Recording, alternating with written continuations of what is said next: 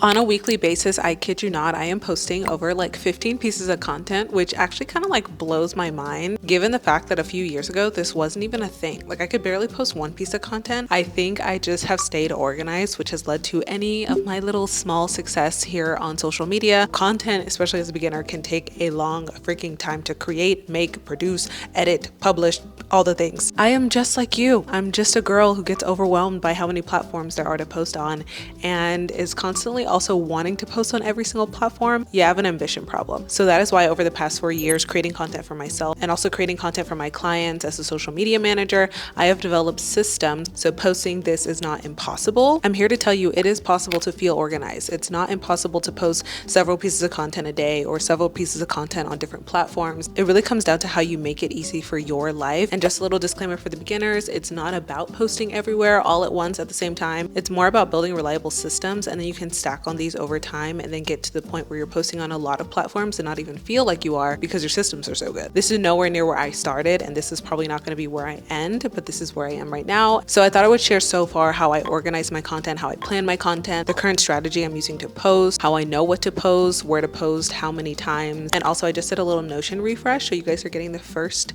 look at my new Notion dashboards for my content. I have a page for literally all the platforms I post on: YouTube, Instagram, TikTok, YouTube Shorts, my podcast, my newsletter. Let's get into it. For anyone who's already overwhelmed at the idea of creating and posting content, especially if you're new to filming and editing, I want to tell you about this cheat code tool that I've been using and that I've been talking about, and that is the kind sponsor of today's video, called Riverside. I use Riverside when I'm low on time, energy, just resources, bandwidth, and it is so helpful for new creators. I use it to create long form content, short form content. So who are they? Riverside is an all-in-one editing and recording platform. Not only has it been a lifesaver for recording podcast episodes, especially with virtual guests, it's perfect for fast editing. I highly recommend this if you're getting stuck editing and repurposing content, especially. Okay, Ify, but how? Don't worry, I'll quickly walk you through it. So firstly, you can record in the platform. You can also bring in your outside content into the platform and edit in the browser. And when recording within Riverside, you can get up to 4K resolution and quality. Then you can see all your recordings and your content within the platform, neatly organized in folders and projects. You can edit all of that content with their text-based audio and video editor that also uses AI to speed up the process, literally removes speech gaps, spaces, pauses. Then you can add music, you can add images, branding if you want. And then last but not least, it gives you the tools to repurpose your content. So whether you're posting a podcast on Spotify, which by the way, it literally like transfers your podcast to Spotify after you're done within Riverside, needing to post a YouTube video, an Instagram reel, a YouTube short, you can resize your files and your clips so that it's suited for each platform. Like I've mentioned in the past, I particularly love the Magic Clips feature. This just makes it so easy to make shorter form content, especially for my long podcast episodes. With the click of a button, and literally like you just click a button, it'll create like 10 pieces of content for you from your longer form content. And now you can even choose the length, what you want the topic to be around. And what I'm most excited about is they now have a mobile app. So it's super clutch if you're on the go or you're waiting in line, you're at an appointment. Guys, it's the tools and the systems that keep you consistent even when you're overwhelmed. So if you're currently in your content journey and you're looking for ways to make it easier, use the link in the description to get 15% off of your paid plans on Riverside, and make sure you use the code Ifeoma, that's IFEOMA, and I can't wait to see what you create. Okay, back to the video. So just a little overview on where I actually post content. I post long form content and short form content. I am a video girly through and through. I did have an Instagram era. I did have like a pictures era of my life, and I still like pictures, but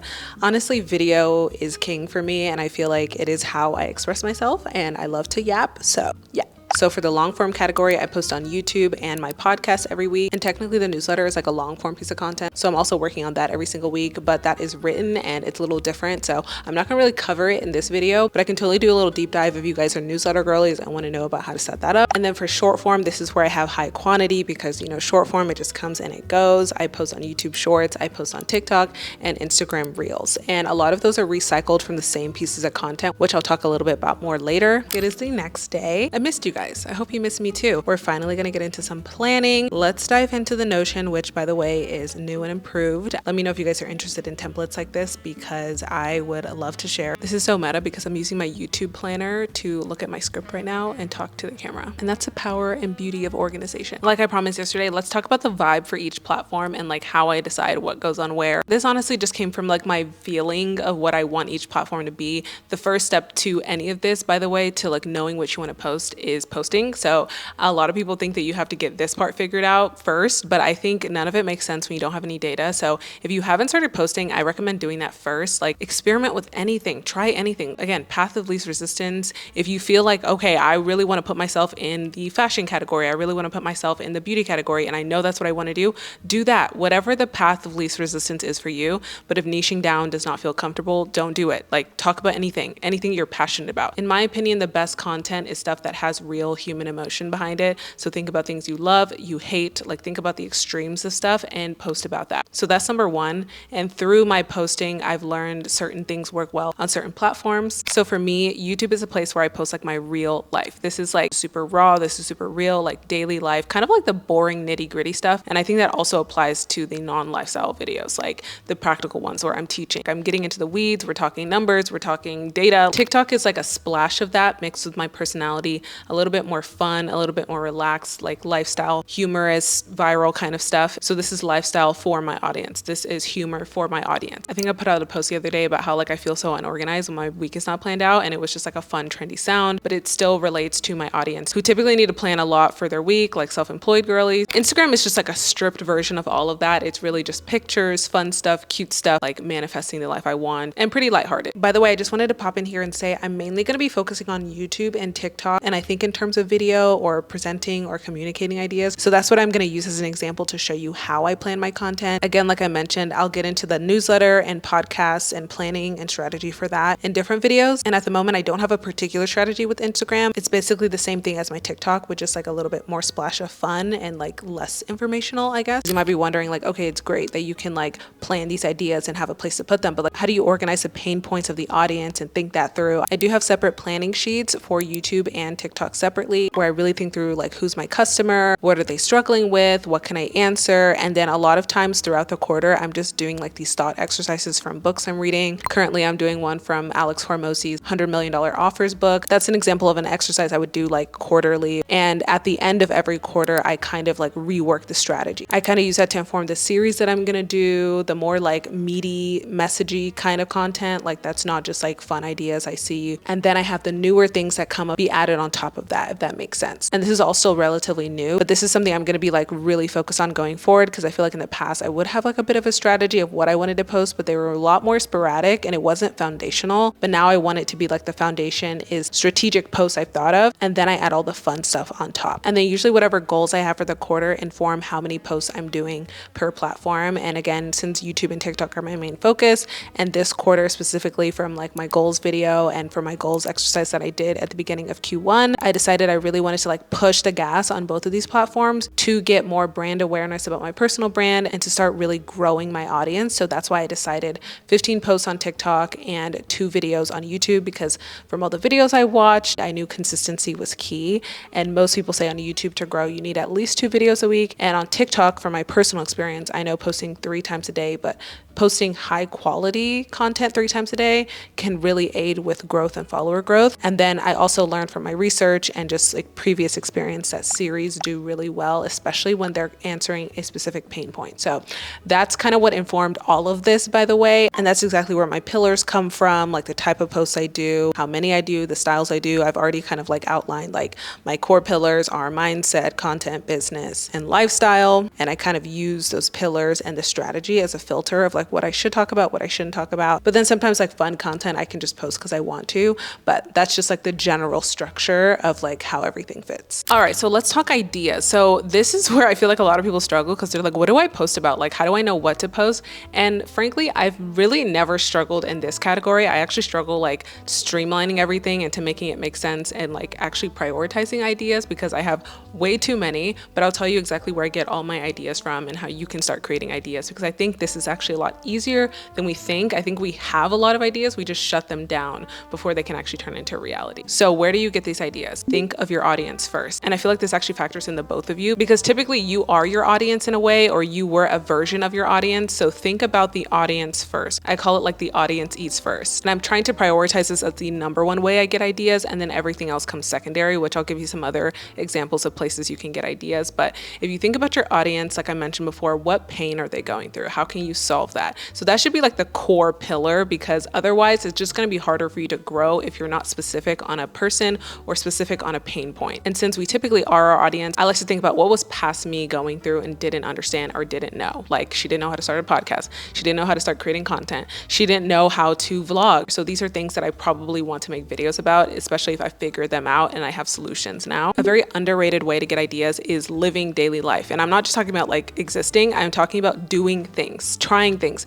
you're excited about, your hobbies, making that drink you saw on TikTok. Like, literally living life to the fullest gives you so many freaking ideas, because one, you're usually having fun when you're doing things you said you're gonna do, and then two, you're like, ooh, I want to show someone, I want to talk about it, I want to document it, and content is the perfect place to do that. Literally just like taking a shower, going for a walk, having a coffee chat with your friend, on the phone with your family, whatever. Those topics that get you excited and you notice you're talking about it more and you're passionate about it, those typically can turn into really good content ideas because you have a lot to say, or people have a lot to say about it. That kind of feeds into conversations, and I think that's why conversations out of like the daily living is like the strongest point, because if people are talking about it, if you're talking about it, it means something to someone. And most likely if you're talking about something, somebody else is talking about something. Just like if you're going through something, someone else is going through something. So think of those moments in conversation where you're like, that's something I'm really interested in, or that's a really good point, or that's a really good way to phrase it. Like, whether it's you saying it or someone saying it to you. A lot of my content ideas come from literal conversations I have with my friends, and they're like, wait, I actually don't know how to start a podcast. People have said to me many times, like, how do you know what to post about? Like, i.e. this video. In your business, in your day job, like things people are constantly struggling with, note those things, write them down. And then the last place I like to get ideas, which honestly I don't like to do this too much, is social media. Obviously you can get a ton of ideas from scrolling. The reason I put this last is because it can get dangerous, because you are constantly overwhelming your brain with information, and it's just kind of harder to get started on something when you have too much going on. I like to just save things in folders. Of course, you can do this on TikTok, you can do this on Instagram, on YouTube, you can add it to playlists, like just saving content. And this is why I say, like I said in my last video, it's good to start with the platforms that you know the best. Like, pick the one that you're already consuming on, so you don't have to like start up a whole new habit and like platform, and then you end up scrolling into oblivion. And then what I do is put all of these ideas in Notion. This is a key part of taking action in the path of least resistance, is having these ideas ready. You don't want to like get off work and be like, oh, I need to post content, let me look on the social media feed and see what I like, because you're gonna get lost. Like,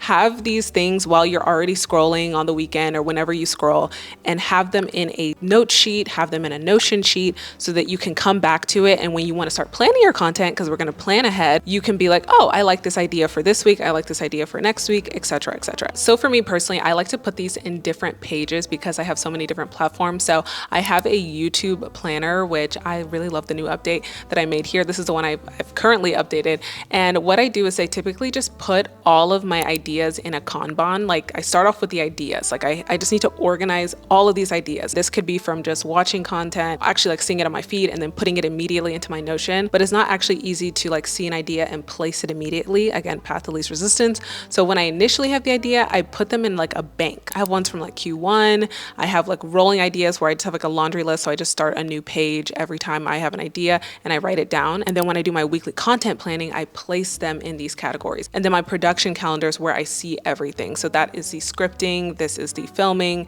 this is what's going live, etc., etc. And this is actually pretty new for me, but I feel like it'll help me a lot more just to see like a snapshot of what's going on, so I don't have to just constantly look at like a list of ideas everywhere. When I go to the production calendar, this is where I kind of detail out, okay, for my idea planner, this is what I want to happen. How is that actually going to look like on a week to week? What do I need to script before that video goes live? What do I need to film so I can hit all my upload dates? And so I use little emojis to differentiate on my Notion what each one means. That means that it's live, it's going out that day. The little camera is I need to film on a certain day.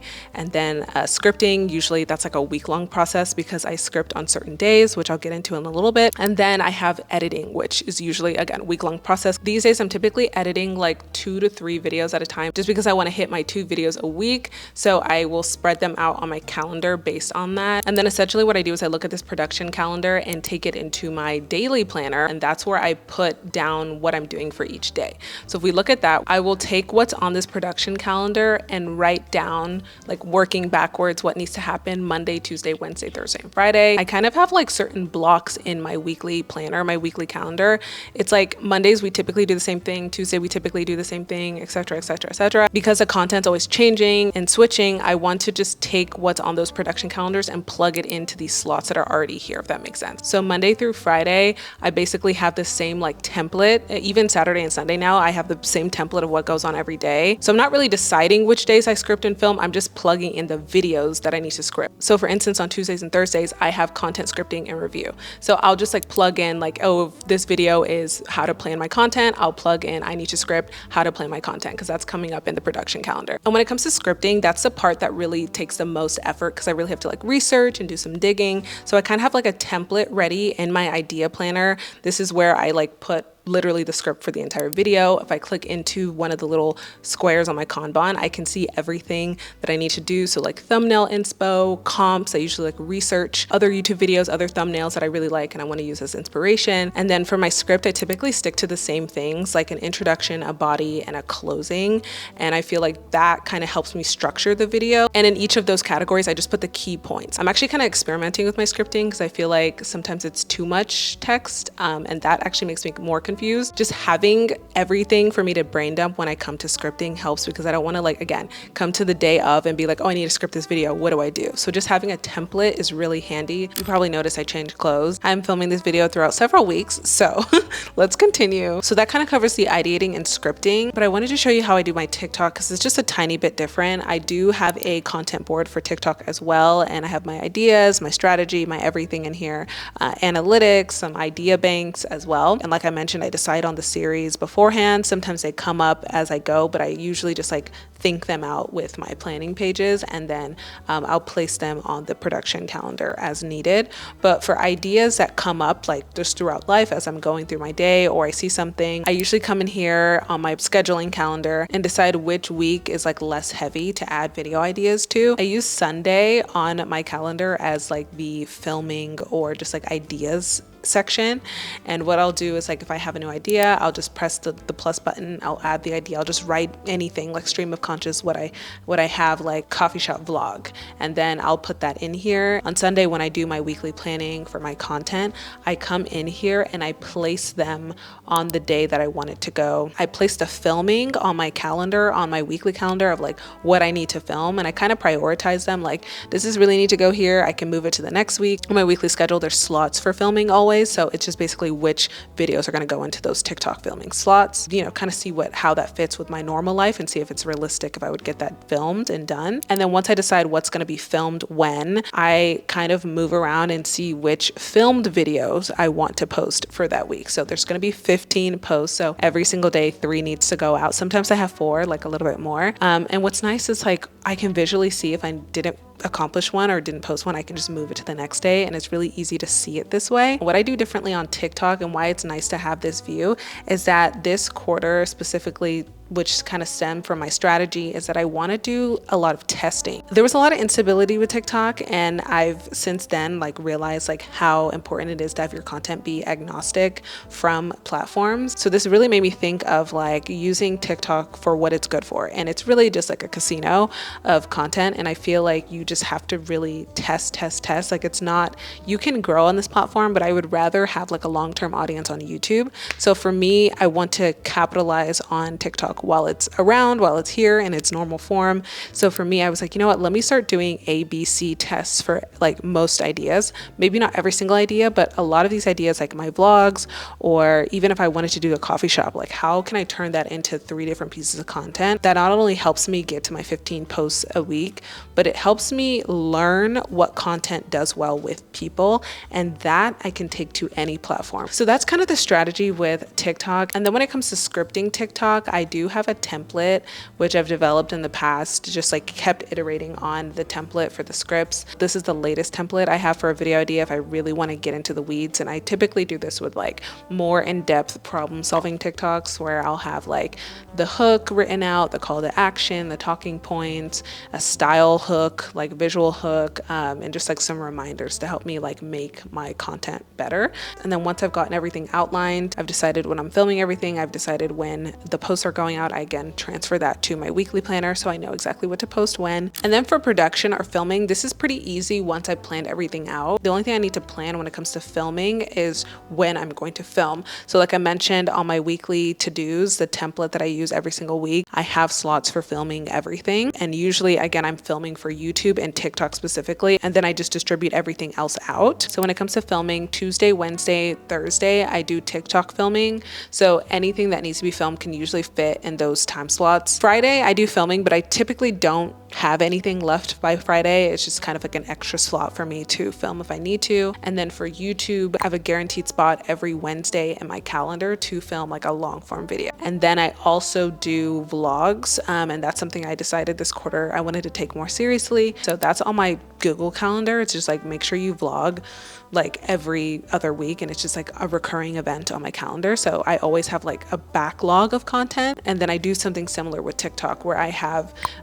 just a set task on my Google Calendar that every Tuesday and Thursday you're filming a TikTok vlog. So I always have a reserve. And then last but not least, post-production and editing. I plan this very similarly to filming. I just put days on my calendar that I'm constantly editing, or I always have a slot for editing. Editing is the thing I do the most, but also part of post-production is having a routine on constantly reviewing and reflecting on your content. When it comes to editing, I edit my TikToks Monday, Wednesday, Friday. So since I only edit on 3 days, I'm essentially editing like 6 pieces of content for each, but usually by Friday I don't need to edit that much. Then for Instagram Reels and YouTube Shorts, I have Monday and Tuesday to schedule out all of them for the week. So Monday I schedule out all my YouTube Shorts for the week, and they just go out routinely. That is amazing. I use the repurpose tool for that.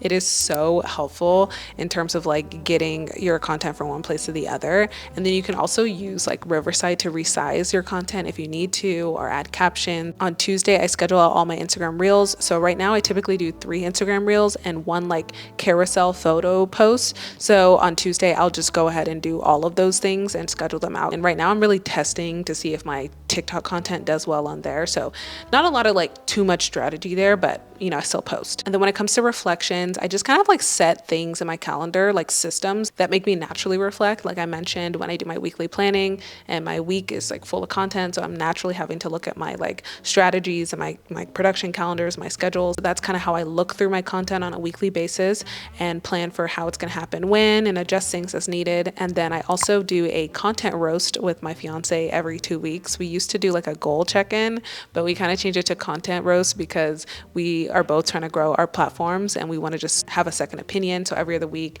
we have, you know, a time where we get together and look at each other's analytics, look at each other's top posts, and like give each other advice. I also have a time block every Sunday to answer comments and answer messages. This is another good way to like reflect and review your content, just people watching, because they're the ones consuming your content. So that's really helpful in terms of reflecting on my content, seeing it from different points of view. And when it comes to analytics, I like to look at impressions to see if it even got reach, like the post even got reach. I like to look at my thumbnails, my click-through rates, just like retention, if people are watching long enough. From there, I can tend to see what I need to repeat or what I need to do less of. Okay, that is everything for now. I'm sure that was already so much information. I just wanted to like brain dump everything I do to plan my content. And I feel like it is a little bit complicated because I haven't exactly found the hero things that work, but you know, I'm on my way and I wanted to show you exactly the process I'm going through. Make sure you subscribe and stay tuned because I will have some videos on exactly how I film, the equipment I use, like all the boring bits and bobs. And I'm thinking some stuff on like working with brands and like making money through content. So let me know what you guys want to see. And if you need some extra help editing and posting and creating your content, be sure to download Riverside. You can use the free version or you can use the paid plan. I have a coupon code if you want to get the paid plan. And happy creating. I'll see you in my next video.